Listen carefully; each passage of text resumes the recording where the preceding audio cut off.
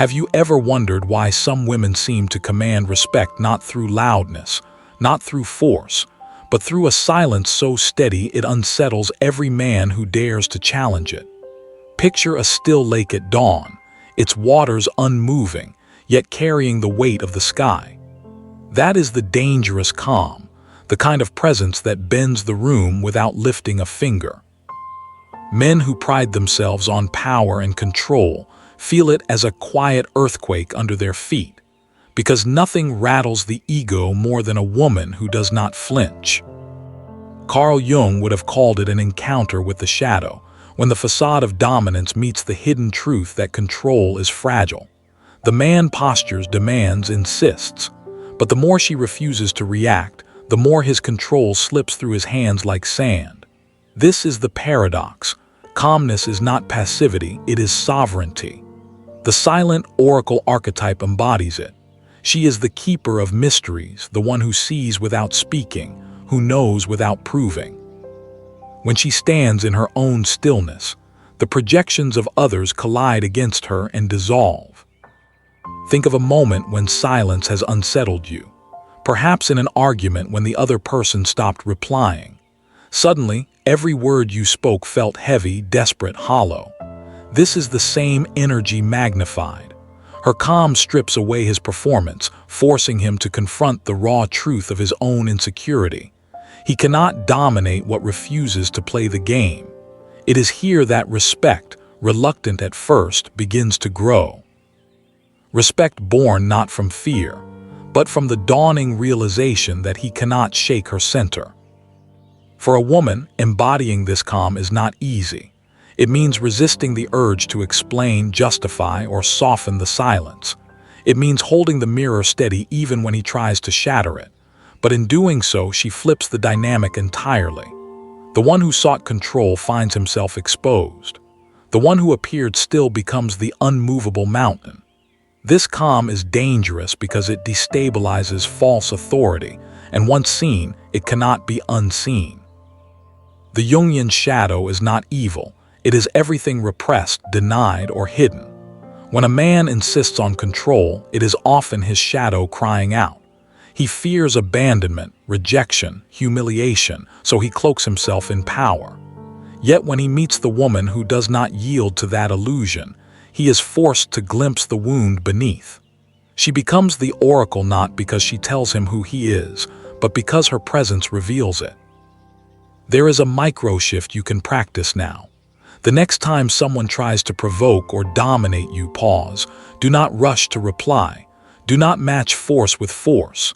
Breathe into the silence. Watch how the energy in the room begins to turn. Notice how their words echo against the space you create. In that moment, you are no longer reacting, you are commanding. The red thread running through this story is the image of a key resting on an altar, untouched, waiting. He believes he holds it. He waves it as proof of power. But the truth is, the door it unlocks is hers alone, and she has already chosen not to hand it over. That realization, though quiet, shakes the very ground beneath him. What happens when a man discovers that control was never his to begin with? The dangerous calm unsettles because it exposes how fragile control truly is. A man accustomed to being the loudest in the room begins to falter when confronted with stillness that does not break. His words echo into the silence and return to him distorted, hollow, stripped of their intended power. This is where the psychological theater shifts. The woman, embodying the silent oracle, holds the stage without speaking. Her presence alone dismantles the illusion of authority, for she does not need validation or applause to know her worth. This calmness is not simply temperament, it is archetypal. Jung spoke of the anima as the hidden feminine within every man, the mirror he both longs for and fears. When he encounters a woman who radiates calm sovereignty, his anima stirs. Something within him recognizes her as both muse and judge, as flame and mirror. But instead of being comforted, he feels pierced, exposed. Because her calm reveals the fissure between who he pretends to be and who he secretly knows himself to be. It is a psychic confrontation he cannot escape. Imagine a man standing before a mountain. He can shout, strike the ground, even hurl stones. Yet the mountain does not move. His rage exhausts him, his arrogance crumbles, and eventually he is left with silence, his own. That is the effect of a woman who holds her ground without aggression. She forces him to meet himself in the echo of his attempts to dominate. The more he resists, the clearer the mirror becomes.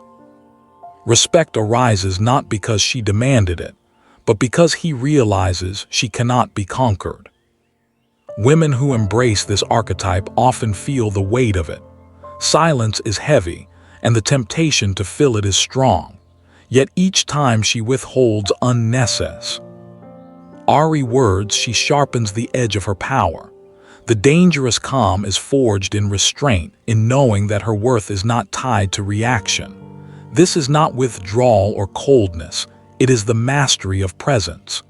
The high priestess in tarot sits between two pillars, veiled, serene. She does not reveal her secrets to the unworthy. She waits, knowing that revelation is her choice, not their demand. There is an empowerment hidden here, the ability to choose when and how to reveal yourself. Many women believe they must prove their feelings, explain their boundaries, or justify their decisions. Yet sovereignty begins when explanation becomes optional. By refusing to perform for his ego, you return power to yourself. Jung called this individuation, the process of becoming whole, no longer defined by others' projections. The calm that commands respect is born from individuation, from the integration of shadow and self. Try this micro-action. Before entering any conversation where you anticipate tension, ground yourself in breath. Visualize your energy as a flame enclosed in glass, untouchable, steady. No matter what words are hurled, the flame remains intact. Carry that image with you. It transforms how you respond. It transforms how others perceive you. Presence, after all, is rarely about what is spoken. It is about what cannot be shaken. The red thread appears again, the key lying untouched on the altar. He waves another key, believing it opens her soul. He rattles it, insists, even threatens. Yet when he presses it against the door, nothing yields. She knows the truth. The real key has been within her hand the entire time. His performance collapses the moment he realizes he has been grasping at air. The calm she holds is the locked door, and only she decides if it opens. But what happens when this realization does not inspire respect, but desperation? What form does male power take when he feels the ground crumbling beneath him? Desperation in a man who loses control is a dangerous fire, often cloaked in charm or cloaked in rage, but always rooted in fear. When the calm of a woman exposes his fragility, he may lunge for louder words, harsher tones, or attempts to shame. He may switch from aggression to pleading, from arrogance to victimhood. Each tactic is a mask, a scramble to re-establish dominance when the mirror of her sovereignty shows him the emptiness of his performance. Jung warned that the shadow, when cornered, erupts in unpredictable forms. A man stripped of borrowed authority must either face his shadow or project it violently onto the woman who dared to remain unmoved. Here lies the razor's edge of female empowerment, to hold calmness without absorbing his shadow. If she takes on his fear, his anger, or his blame, she loses the sovereignty she has cultivated. The shadowed flame archetype teaches that boundaries are not barricades but sacred fire lines. They do not exist to punish. They exist to protect the sanctity of her essence. When she refuses to ignite at his provocation, his desperation burns itself out. Silence becomes her shield. Not cold, not cruel, simply untouchable. But this untouchability is not numbness. It is deeply alive. A woman who carries the dangerous calm is hyper-aware, attuned not to his words but to the deeper currents. She hears the projection in his voice, the ancient wound he has not confronted. She understands that what he hurls at her is not truth, but fragments of his unclaimed shadow. Recognizing this does not mean tolerating it. It means refusing to mistake it for reality. Jung called projection the most unconscious form of communication, and mastery begins when you no longer accept another's shadow as your reflection. Think of the cracked mirror foreshadowed before. His desperation is like a stone hurled at the glass. He wants to see himself reflected in her obedience, in her fear, in her submission. Yet the mirror cracks and shows him fragments he does not recognize. This is the terror of projection collapsing. He cannot find himself in her eyes because she is no longer reflecting what he demands. The cracks reveal truth. Respect cannot be coerced, only evoked by sovereignty. For women listening, the practical action is this. In the moment of pressure, when words are weaponized, let stillness be your anchor. Do not explain yourself into exhaustion. Instead, shorten your sentences. Speak with pauses that breathe. Even silence itself can be a complete answer. Each pause reclaims space. Each silence recenters the energy. Over time, this practice rewires your nervous system. You begin to feel less reactive, more deliberate. Calmness is no longer an effort. It becomes your natural state. But here lies the paradox. As her calm deepens, his desperation may either dissolve into reverence or harden into resistance. Some men collapse under the weight of their own unclaimed shadows and seek transformation. Others rage against the loss of control, clawing for the power slip-in. Through their fingers. Respect and resentment stand side by side, waiting for him to choose. The question that hangs is this. When his desperation peaks and his strategies fail, does he surrender to growth, or does he descend further into the shadow's grip? When a man chooses growth, something remarkable happens. The desperation that once fueled his control softens into recognition. He sees that the calm he tried to shatter is not defiance but truth, an invitation to step into his own sovereignty. The shadowed flame archetype burns not to destroy him, but to illuminate what he has avoided. Jung taught that the shadow resisted becomes fate, but the shadow embraced becomes power. In the presence of her calm, he is faced with the chance to break the chain of projection and claim responsibility for his own inner chaos. Yet many men do not take that path. For them, the loss of control is unbearable, and instead of looking inward, they double down. They seek louder ways to impose authority, harsher ways to demand submission. Here, the dangerous calm of the woman becomes even more radical because she refuses to be pulled into the storm. Her sovereignty reminds him of everything he cannot dominate: the silence of the night, the immensity of the sea, the inevitability of truth. Some men crumble under this awareness. Others try to bend reality itself to avoid it. For the woman, this is where individuation begins to show its cost. The path of sovereignty is not paved with easy admiration or instant approval. It is paved with cracked mirrors, broken expectations, and the loss of those who cannot meet her at her depth. Yet each step she takes away from control is a step toward her wholeness. Jung described individuation as becoming who you truly are, not what the world demands. And so, her calm is not only a shield, but also a compass, guiding her away from illusions into the rawness of authenticity. In these moments, silence becomes prophecy.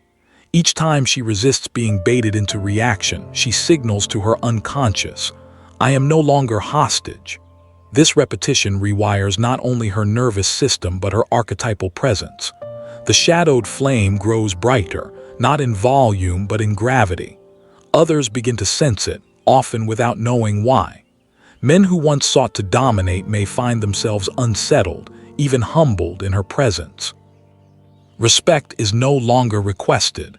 It is commanded without a word. The cracked mirror returns here as symbol. What once reflected her compliance now lies shattered, unable to give him the false image he craves. He must now confront fragments of himself scattered across the floor. Will he gather them painfully and deliberately to reconstruct his truth? Or will he curse the mirror, curse her calm, and walk away unchanged? This is the fork in the road, and it does not belong to her. Her role is only to hold the line of sovereignty, to remain untouchable flame. A practical step for the listener: begin to notice where you shrink your calm to soothe others. Do you over-explain when silence would suffice? Do you smile to soften your no? Do you raise your voice to prove you are strong? Replace one of these habits today with stillness, a steady pause where chaos once erupted.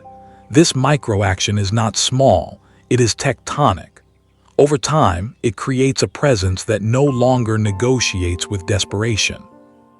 And as this presence deepens, a larger question stirs beneath it. What happens when the calm no longer serves only as defense against control, but as the foundation of a completely new kind of power? This new power is not about dominance but resonance. It is the kind of authority that cannot be taken away, because it does not depend on anyone else's recognition. When a woman embodies the dangerous calm, she is no longer seeking validation or battling for space. She becomes the space. In her presence, the frantic energy of others either settles or recoils. Jung might call this the moment when the anima stops being projected outward and instead radiates from within. She is no longer a canvas for men's shadows, but a sovereign archetype, whole unto herself. Here the shadowed flame evolves. At first, she was simply holding the line against intrusion. Now she begins to illuminate. Her calm becomes magnetic, drawing those who are ready for truth and repelling those who are not. Men attuned to growth find in her a mirror that does not flatter but awakens. They realize that respect is born not from control but from alignment. Those still clinging to control, however, find her unbearable. They may call her cold, arrogant, untouchable. Yet their judgment only reveals their distance from their own wholeness. The cracked mirror prophecy finds its culmination here. What was once broken now becomes art. A shattered surface no longer reflecting lies transforms into a mosaic of truth. She does not gather the pieces to repair the old illusion. She arranges them into a new design, one that tells her story, not his. This is individuation in practice, the reassembly of fragments into a unique, sovereign pattern.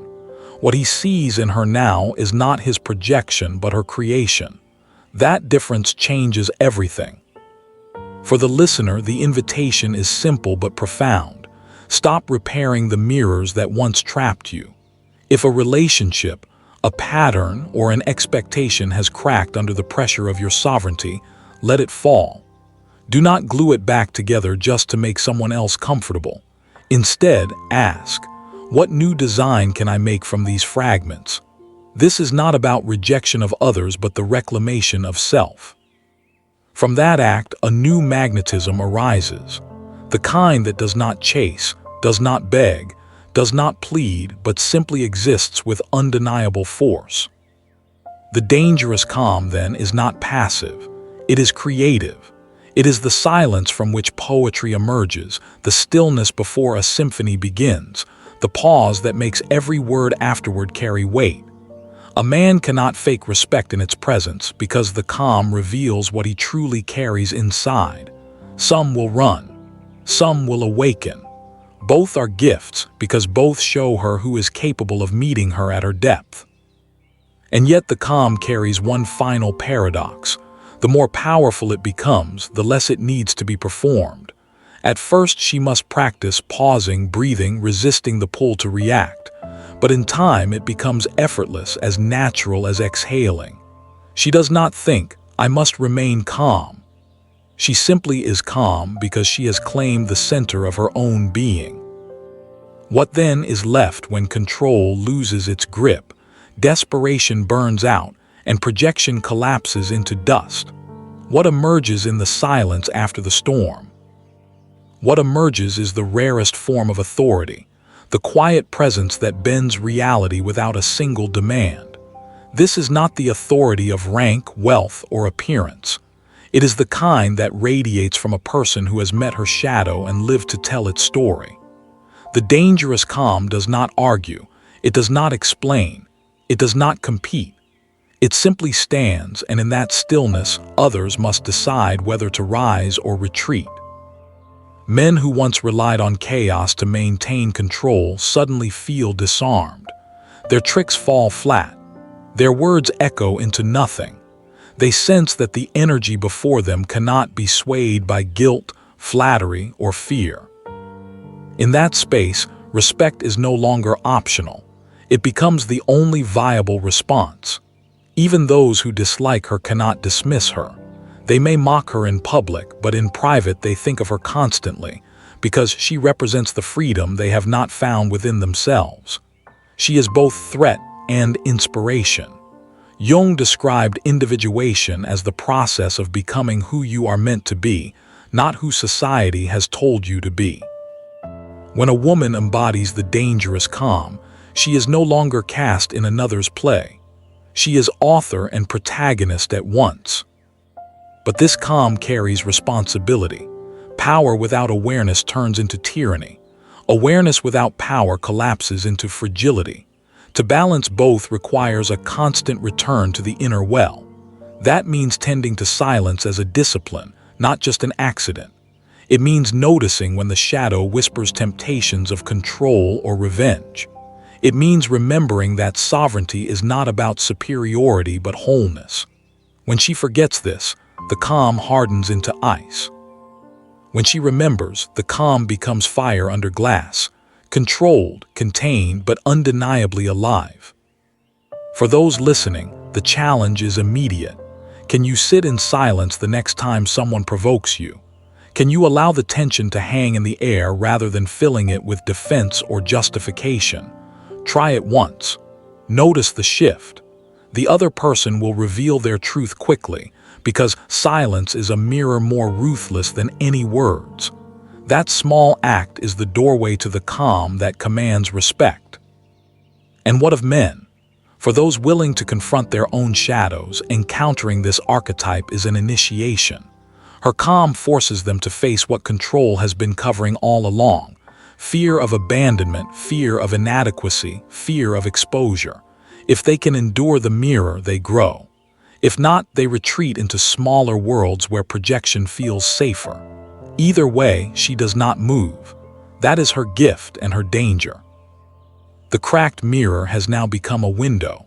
What was once a fractured reflection has been transformed into an opening, a passage into something larger. Through it, both she and those who dare to look may glimpse a world where relationships are not battles for dominance but dances of sovereignty. Yet only those willing to walk through that window can remain beside her.